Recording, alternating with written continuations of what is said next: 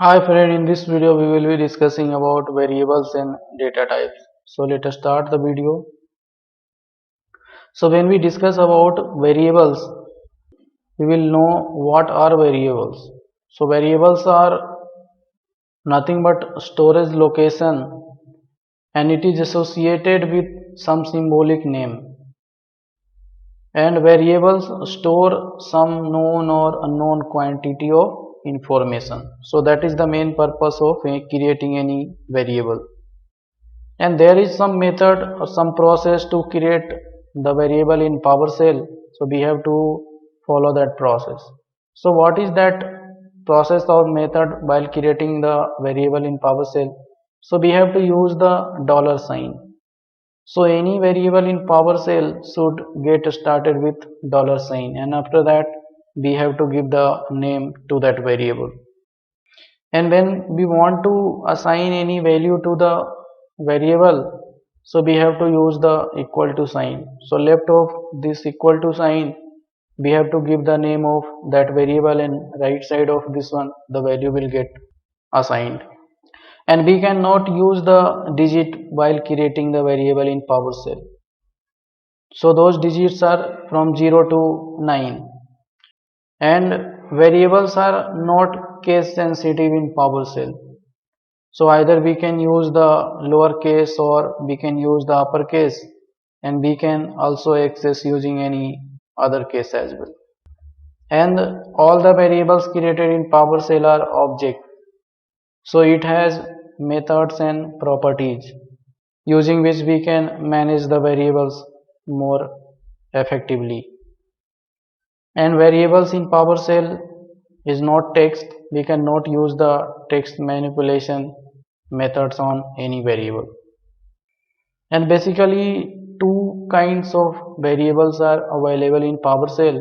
The first one is automatic, which come inbuilt in PowerShell only, and the second one is user defined. So let's discuss in detail about these two variables. So what are automatic variables? So automatic variables are inbuilt in PowerShell. We don't need to do anything. Already it is available. So whenever we want to use that one, just we have to fetch the information stored in that particular variable. And these variables describes that store state information for PowerShell. And these variables are created and maintained by PowerShell only. So we don't need to do anything in this one. And what are the information stored in these variables? That can be information of a user or system, or it can be of default variable, or it can be of runtime variable, or it can be of PowerShell settings. So these information is stored into the automatic variables. Here you can see list of those automatic variables. So we have $error, question mark, home, host, null, ps home, true, false, and pwd. And each of these automatic variables has some meaning, and each of these variables has some value assigned to it. And this is kind of reusable variables. So whenever we need to get the value of these variables, just we have to use this one. So if I want to get list of all the errors, I will just have to access this variable. So I'll get value inside this one. So likewise, if I want to get the execution status of last operation, I will have to just use the dollar question mark. And if I want to know the user's home directory, I will have to use the dollar home. And if I want to know the object representing current host application for PowerShell, so I will have to use the dollar host. And if I want to get the value of null, so just I will have to use the dollar null. So I will be getting the null value. And likewise, if I want to know the installation path for the PowerShell, so I will just have to use the dollar ps home. So I will be getting the full path of installation directory for PowerShell. And if I want to know the true or false value, so just I will have to use the dollar true and dollar false. And at last, if I want to know the current directory with full path, then I can use the $pwd. So this is how we can use the automatic variables when we want to fetch value associated to this. So let's move further. So here we will discuss about the user defined variables.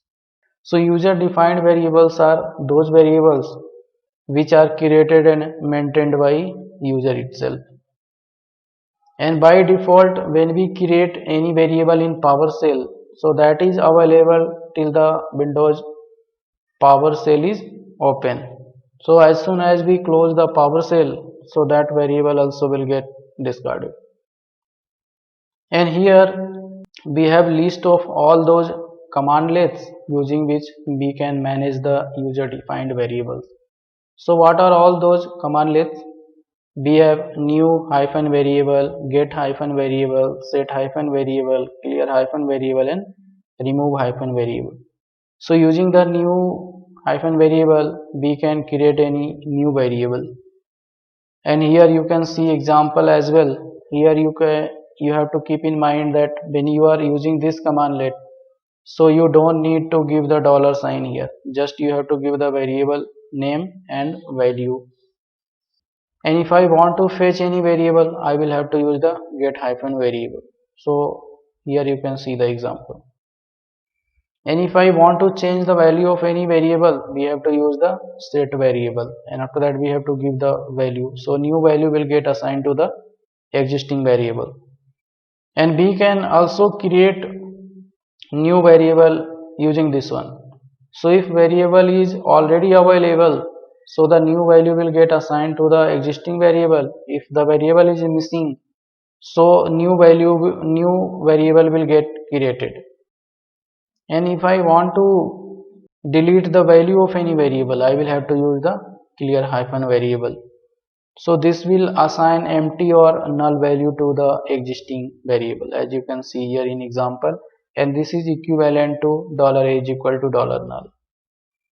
And if I want to remove the variable itself, then I will have to use this commandlet called remove hyphen variable, and after that I will have to give the variable name. And every time when you are using this commandlet, you don't need to give the dollar for the variable name. And there are one more method to delete the variable. So we have to use the del alias, and after that we have to use the ps drive, and we have to give the variable name here. So whatever variable is available inside that drive, so that will get deleted. So this is how we can manage the user defined variables. Here we will see the data types of variable. So what are data types? So data type is basically classification which identifies one of various types of data, and it determines the possible values for that type. So for a particular type, what are all those values can come under? So this also determines. And apart from that one, we know that what are all those operations can be done on a particular type of data, and what is the meaning of that particular data, and how we can store that particular data. So those all things can be controlled using the data type only. So if we don't know the data type, so it is very difficult to apply the particular operation or store the data, because some data can be key value pairs, some data can be index based. So first we have to classify the type of data, then we can work on that one. And in PowerShell everything is object. Either you can create any variable or function or any class, so everything is object, and each object has a type. Although in PowerShell each type of data has some type, but PowerShell gives us the feasibility to convert the data from one type to another. So we can use the implicit method or explicit method to change the entity of one data type into another. So here you can see some of the data types which is available in PowerShell. So we have bool, that is boolean, or we have char, so we have character. So int means integer. So in integer there are different type of integer. It can be 32 bit signed integer or it can be 64 bit signed integer. So both are getting represented using the different name here. Either it can be int or long. And after that we can have the 128 bit decimal value, so it can be represented like decimal. And for the floating point number we have single or double, so it can be 16 bit floating or 32 bits floating. It can be single precision or it can be double precision. So based on these things the type also get defined. And if data is type of date and time, so that will come under the date time. And if data is fixed length string of Unicode characters, so that will come under the string type. And if the data is collection of items, so that will come under the array. And at last, if data is like key value pairs, so that we will consider the hash table. So this is how we can see the type of data and we can work accordingly. Here we will discuss about the scope. So what is scope in PowerShell? So basically when we use the scope, so it determines where a variable is available. So after we create the variable, we should know where the variable is there, then only we can use that one. So there are 4 ways we can control the scope of any variable. So we can use the global, local, private and script. And these scope control the visibility of any variable. And using the scope only we can restrict the visibility of any variable from at least single expression to the entire program. And we can also control the visibility inside any code block or inside any function or inside any script, so that if a variable move from one scope to another, so how it should behave we can control that as well. Here you can see the list of all the scopes which is available in PowerShell. So we have private, local, script and global. And this is how we can define these variables. So we have to use the colon between these scope and the variable name, then we can assign the value to it. And if we have assigned the private scope, so that variable cannot be passed from one scope to another. And if we are trying to pass, so it will not be visible in the other scope, and it will be like local only. And the other scope we have is local. So there is one small difference between this private and local. Private cannot be passed to the other scope, but local can be passed to the other scope.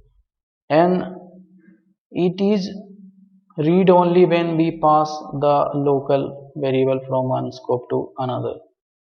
We cannot change that value. If we are trying to change, so that change will affect only locally in that scope. We will not be able to fetch the new variable outside of that scope. We will be getting the old value only. After that we have script scope. So when we assign any value under this scope, so that variable will be visible throughout the script. So as soon as script finishes execution, so that variable also will get discarded.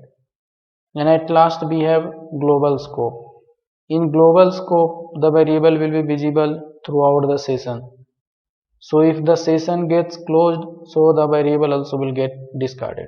So this is how we can control the visibility of any variable using the scope. Here I would like to show you some demo on this one so that you can understand more on this one. So let us start the demo. I have opened PowerShell here, so let's try some examples one by one. So first of all, I would like to show you like how we can create a variable and assign values to it. So first of all we have to use the dollar sign and we have to give the variable name, and after equal to we have to give the value. So this is how I have created a variable and assigned some value to this one. So let's create one more variable here. So I will give name some $bat and I will give some value like 0.19. This is how we have created two different variables. Now if I want to calculate the multiplication of the values of these two variables, and if I want to assign those result into a different variable, so I can use that as well. So to do that one I will have to create one variable called result.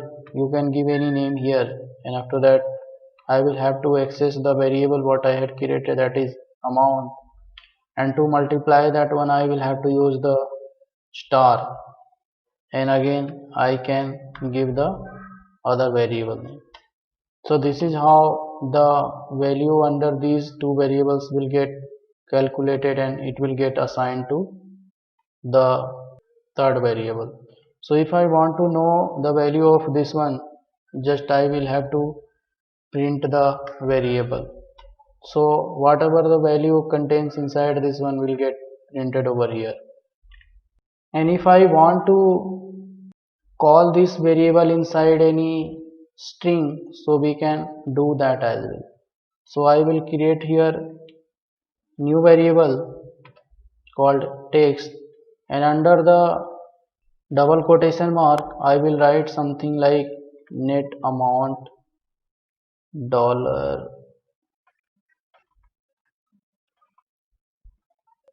So I have written net amount dollar amount, after that matches gross amount, and I have given the dollar result.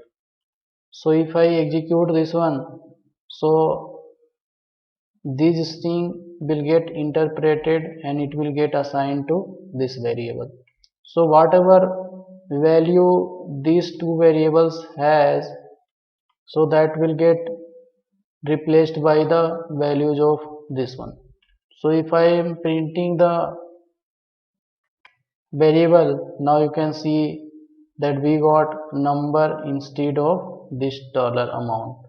So this is how you can interpret any double quotation mark or any variable. After that we will see how we can execute any command and we can assign the value of that particular command to any variable. So I will create one variable called svcs, and under this one I will store the value of one commandlet called get service. So as soon as I have executed this one, so it given as output and the value of, so that output will get assigned to this one. And if I want to see the value under this one, I will have to print this one. So now you can see that whatever value it has given, this command line has given, it got assigned to this variable. So what is the benefit of doing this one? If I want to fetch this one again and again and I want to manipulate the output, so in that purpose that is beneficial. Now we will move to the other example. In other example we will see about the literal strings. So that is single quoted. So again I will create one variable called $a and I will assign some value called 123, and I will create one another variable called $b, and in single quotation mark I will write some string. So I have written as easy as $a. So you know what is going to happen if I execute this one. So let's execute and see the result. So after I have executed, now you can see that in previously when we had used the double quotation mark, so this variable was replaced with its number, but in this case it did not happen. So this is the difference when we use the single quotation mark and double quotation mark here. So if you want to interpret the value of any variable, so in that case you have to use the double quotation mark here. Now let's move to the other example. Now we will try to fetch the property of any command line, and we will try to assign that one into any variable. So I will create one variable called $abc, just give any name, and after that I will give the get service, and I will give some name like,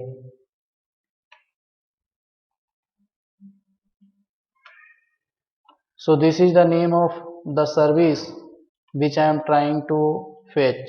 So after I execute this one, I will be getting information about only one service, and the output will get assigned to this variable. So let's execute this one.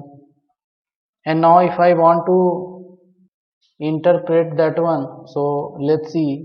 So I can use write host also commandlet to print any value, and in double quotation mark I will just write service colon and dollar abc dot name. So after I executed this one, now you can see that I have got the output in terms of any object, but it is not giving us the real output. So if I want to know the real output, so we cannot use like this. So we have to use one more dollar sign before this one, and we have to enclose the entire thing into bracket. So after we use like this, now you can see that this $abc dot name got replaced with the actual service name.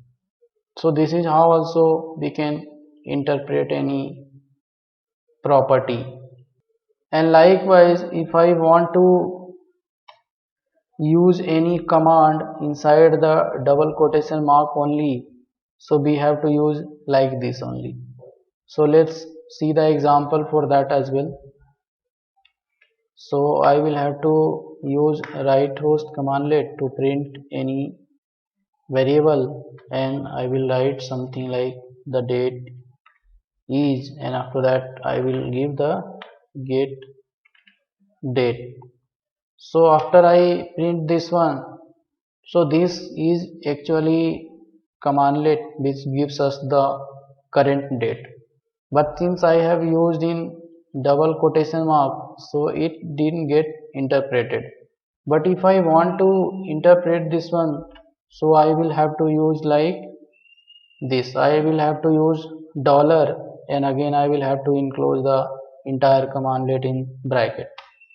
So as I had used like this, so you can see that get date commandlet got interpreted and we got the expanded output like this. Now we will see how we can explicitly assign any variable, like we can make it strong type variable.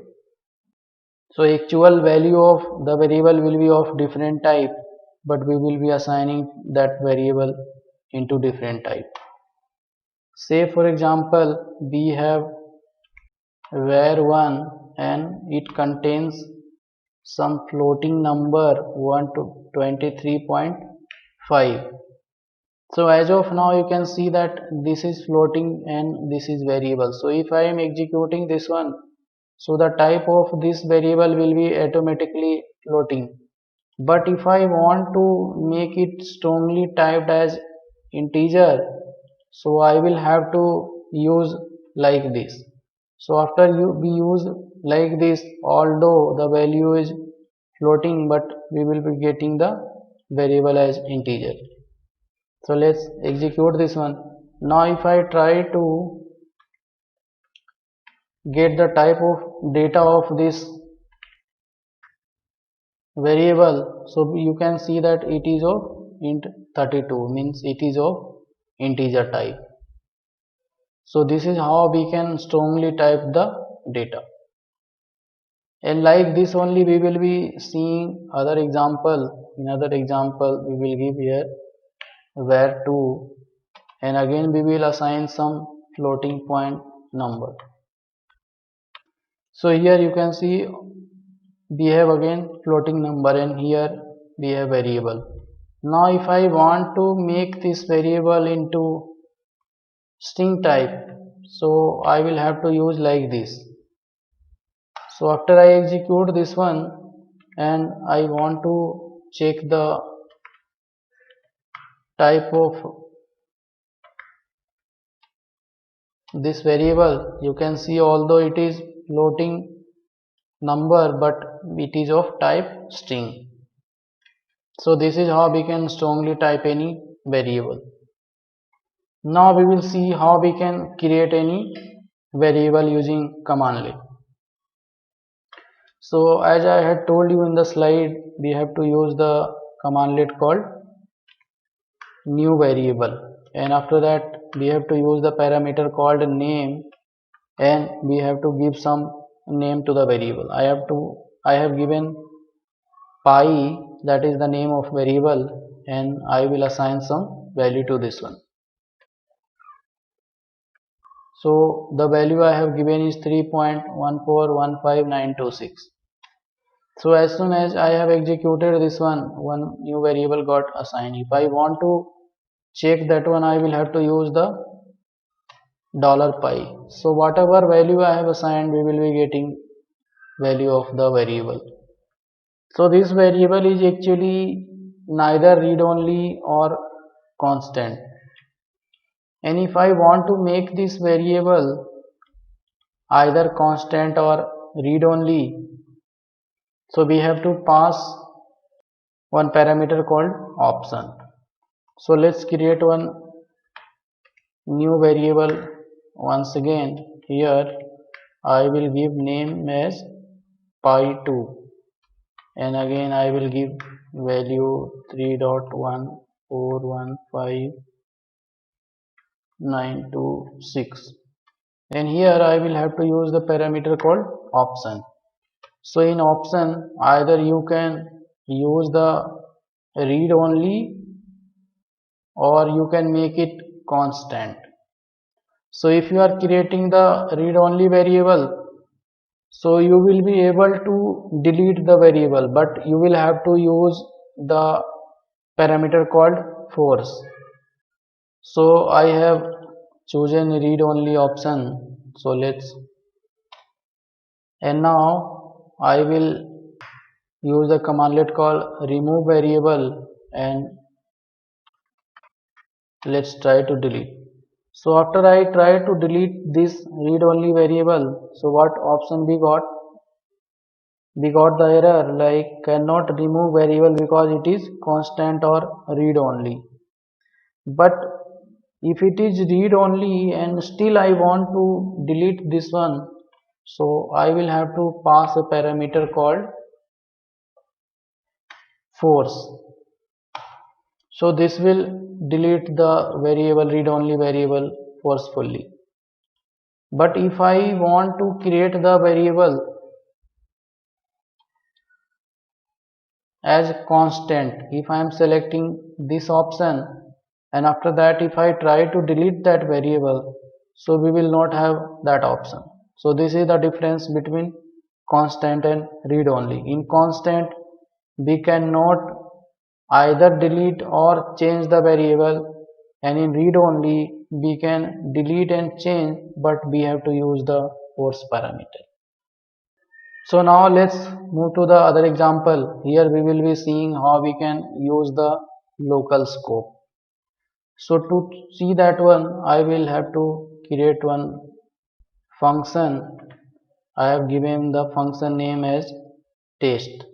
Inside that one I will write something like variable is equal to $a, and again I will try to modify that variable value. So I will give here 1000.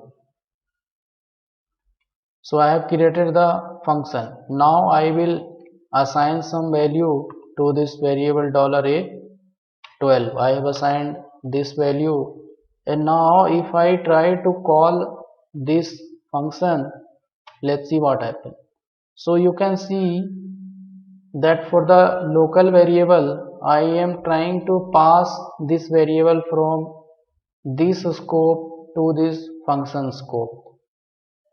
So although it got passed from one scope to another, but when we try to modify the variable in that scope, and when we came out of this function scope, so variable value is same. So if I print this $a, so we will be getting same value although we have tried to modify this one. So local scope is nothing but read only. We cannot modify anything for the local scope, but we can pass from one scope to another. So that is the thing for local scope. And now we will see example for the private scope. So again we will create the same function, and now we will change something into the variable. So we will make it private, and now again let's call the variable. So before that I will have to remove this variable $a. So I am remove the variable. Now again call this function.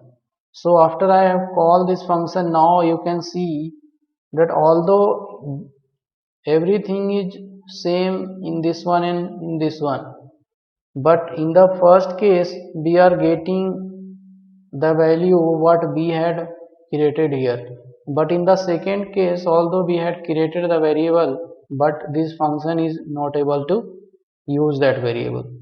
So why it is happening? Because we have used the private. In private we cannot pass any variable from one scope to another. We can use it here only. So this is the difference between local and private. And now we will see the private and global variable scope. And in this case, in function we will make it global. So now I have created a function, and here I have made this variable global. I have modified this variable and I made it global. And now I will create one more variable called private a is equal to 12, and let's execute this one. So you know that as I have executed this function, I have called this function. So since this variable was private, it didn't get passed to the function scope, but we have created here one more variable with the same name, but that is global.